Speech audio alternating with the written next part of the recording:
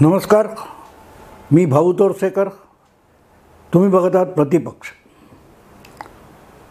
मित्रांनो, काल एक चर्चा ऐकली. ती चर्चा अशी होती की उद्धव ठाकरे यांचे व्यावसायिक भागीदार, कौटुंबिक जिव्हाळ्याचे किचन कॅबिनेटचे सदस्य, माजी मंत्री आणि जोगेश्वरीचे आमदार रवींद्र वायकर हे सुद्धा आता लवकरच उद्धव ठाकरेंना जय महाराष्ट्र करतील आणि एकतर शिंदे यांच्या शिवसेनेत जातील किंवा भाजपत जातील, कारण त्यांच्या कुटुंबाचा दबाव आलेला आहे. मला हे पहिल्यांदा ऐकून हसू आलं की रवींद्र वायकर हे ईडीचे जावई आहेत का? ईडी काय ते एन्फोर्समेंट डायरेक्टोरेट. कारण गेले 1.5-2 वर्ष आपण एक गोष्ट कानी कपाळी ओरडली जाताना ऐकतोय की इतर पक्षातले नेते, आमदार, खासदार फोडण्यासाठी भाजप सातत्याने ईडीचा दबाव आणतं. पण वायकर प्रकरणामध्ये अजब ऐकायला मिळालं की त्यांच्या कुटुंबाचा दबाव आहे. त्यांच्या पत्नीने दबाव आणलाय. त्यांच्या मुलीने आणि जावयाने रवींद्र वायकर यांच्यावर दडपण आणले की या कोर्ट कचेऱ्या, केसेस, तुरुंगात जाणं नको, त्यापेक्षा तुम्ही पक्षांतर करा. आणि मला पहिली शंका आली की अशी चर्चा करणारे जे विद्वान त्या चॅनेलवरच्या चर्चेत बसलेले होते, त्यांना रवींद्र वायकर यांची सासूरवाडी म्हणजेच एन्फोर्समेंट डायरेक्टोरेट आहेत असं वाटतं का? कारण रोजच्या चर्चेमध्ये किंवा रोजच्या बातम्यांमध्ये भाजप इतर पक्षातल्या लोकांना फोडण्यासाठी ईडीचा दबाव आणतो असं ऐकत होतो. पण इथे या चर्चेमध्ये वायकर यांच्या कुटुंबातून त्यांच्यावर दबाव आणला जातो. तेव्हा मला गंमत वाटली की वायकरांचं कुटुंब, सासूरवाडी, पत्नी, मुलगी, जावई हे स्वतःच ईडी डिपार्टमेंट चालवतात का? एन्फोर्समेंट डायरेक्टोरेट हे वायकरांचे कुटुंबीय चालवतात का? नसेल तर त्यांनी दबाव कशाला आणावा? जसे संजय राऊत, अनिल परब किंवा इतर मोठे धडाडीचे नेते आहेत, रोहित पवार, असे जे लोक ईडीशी एक भूमिका घेऊन टक्कर घेत आहेत, संघर्ष करत आहेत, त्याप्रमाणे वायकर का नाही टक्कर घ्यायला तयार आहेत? वायकर का संघर्ष सोडायला निघालेत? दबाव तर रोहित पवार यांच्यावर पण आहे, दबाव संजय राऊतांवर आहे, अनिल परबांवर आहे, ते डगमगले नाहीत. मग वायकर का डगमगले? आणि वायकर ही छोटी आसामी नाही आहे मित्रांनो, छोटी आसामी नाही आहे. वायकर हे उद्धव ठाकरे यांचे नुसते एक सहकारी शिवसेना नेते आणि आमदार नाही आहेत. ते वायकर कुटुंब आणि ठाकरे कुटुंब यांचे अनेक संयुक्त व्यवहार, व्यापार आहेत किंवा दुकानं आहेत, काय असतील ते उद्योग आहेत. इतका जवळचा माणूस कुटुंबाच्या दबावाखाली पक्ष सोडायला निघाला. मग आजपर्यंत उगाच ईडीला, सीबीआयला बदनाम कशाला करता? हां, एक गोष्ट आहे की ईडीने जी काय चौकशी केलेली आहे, छापा मारलेला आहे, कागदपत्र तपासले असतील, पुरावे गोळा केलेले असतील, त्यामुळे नजीकच्या काळात गजा आड जावं लागणार ही काळ्या दगडावरची रेघ आहे.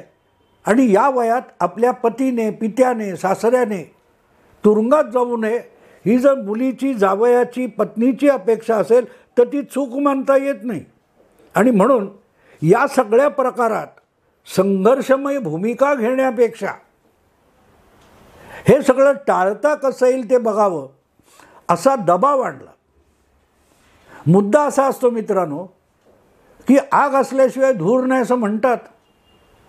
तेव्हा ईडी कोणावरही कारवाई करत असेल तर त्यासाठी संबंधित व्यक्तीने काहीतरी घोळ घातलेला असलाच पाहिजे. कारण कोणालाही पकडला आणि उचलून तुरुंगात टाकला असं होत नाही.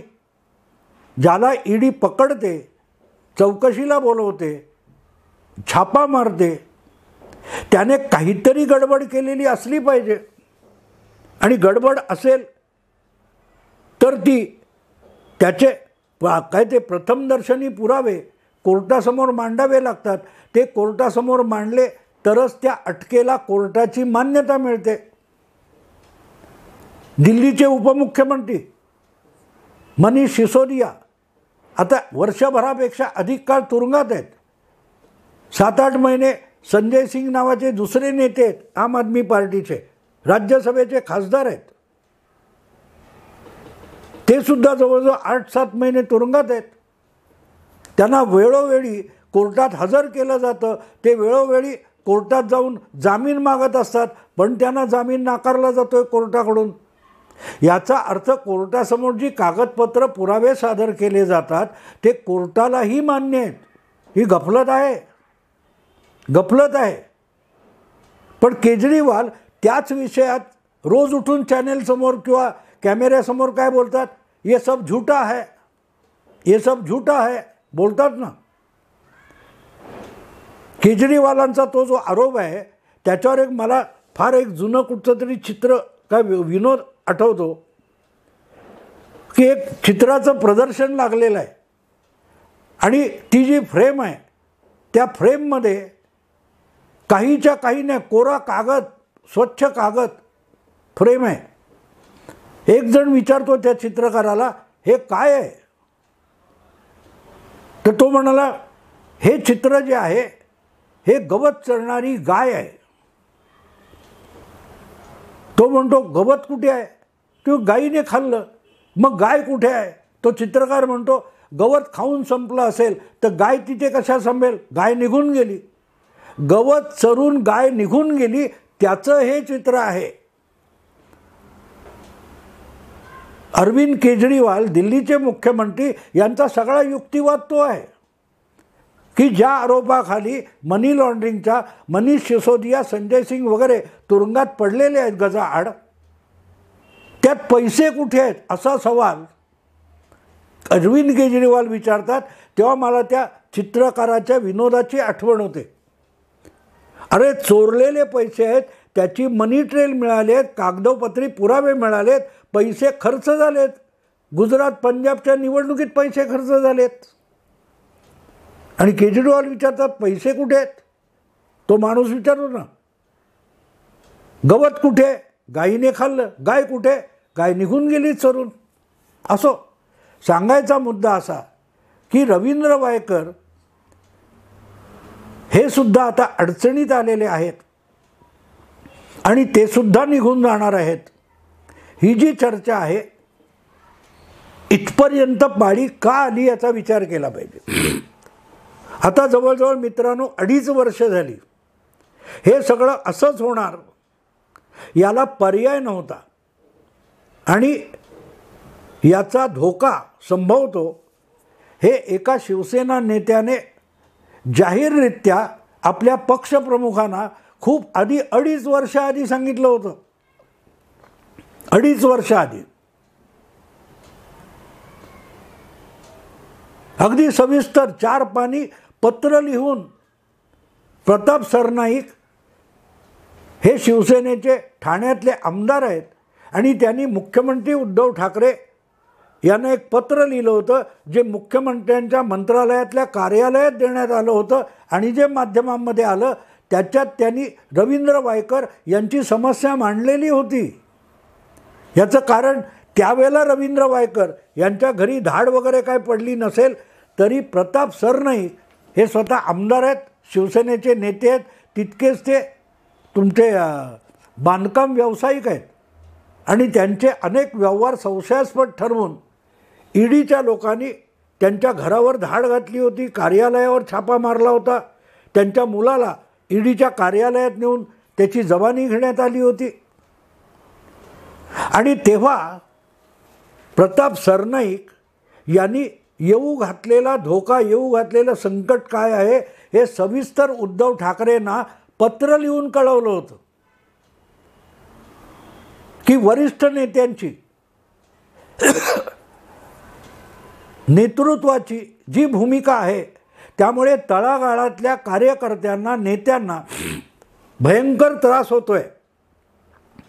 आपण शिवसेना भाजप युती म्हणून निवडून आलो, त्यानंतर मुख्यमंत्रीपदासाठी आपण युती मोडली आणि जनतेने नाकारलेल्या काँग्रेस राष्ट्रवादीला सत्तेत भागीदारी दिली. ज्यांच्या विरुद्ध लढलो त्यांना भागीदारी दिली सत्तेत, आणि तेच लोक शिवसेना फोडायचा आणि शिवसैनिकांना सतवण्याचा प्रोग्राम करतायत. तर हे सरकार मोडा. परत एकदा मतदाराने कौल दिलेलं शिवसेना भाजपचं सरकार बनवूया, हे 4 पानी पत्र प्रताप सरनाईकांनी मुख्यमंत्र्यांना लिहिलेलं होतं. आणि मुख्यमंत्री होते उद्धव ठाकरे, पक्षप्रमुखसुद्धा उद्धव ठाकरे होते. आणि सरळ सरळ गोष्ट आहे, दबावच म्हणाल तर आज वायकर यांच्या कुटुंबियांचा दबाव आला असं जे सांगितलं जातं, तेव्हा ते पत्र लिहिण्यासाठी सुद्धा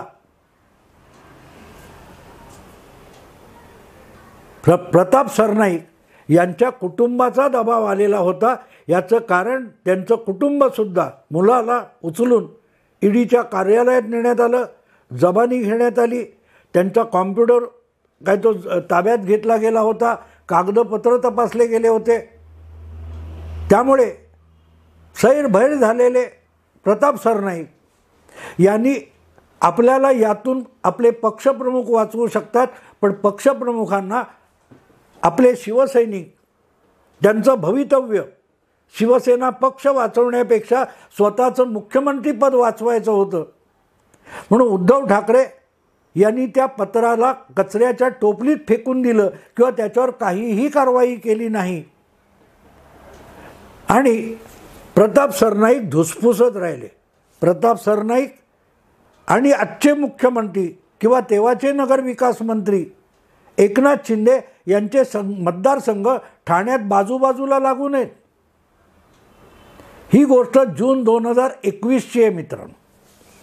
आत्ता जे काय उद्धव ठाकरेंना भेटून पक्ष सोडण्यासाठी त्यांची संमती वायकरांनी मिळवली वगैरे वगैरे बातम्यांमधून सांगितलं जातं ना, तेच प्रताप सरनाईकांना 2.5 वर्षापूर्वी करायचं होतं. पण त्यासाठी मुख्यमंत्र्यांना वेळ नव्हता. मुख्यमंत्री मंत्रालयात जात नव्हते, मुख्यमंत्री वर्षावर कोणाला भेटत नव्हते, मातोश्रीवर येणाऱ्यांना भेटत नव्हते, मुख्यमंत्री कोणालाच भेटत नव्हते. मुख्यमंत्री फेसबुक लाईव्हवर आपलं दर्शन द्यायचे.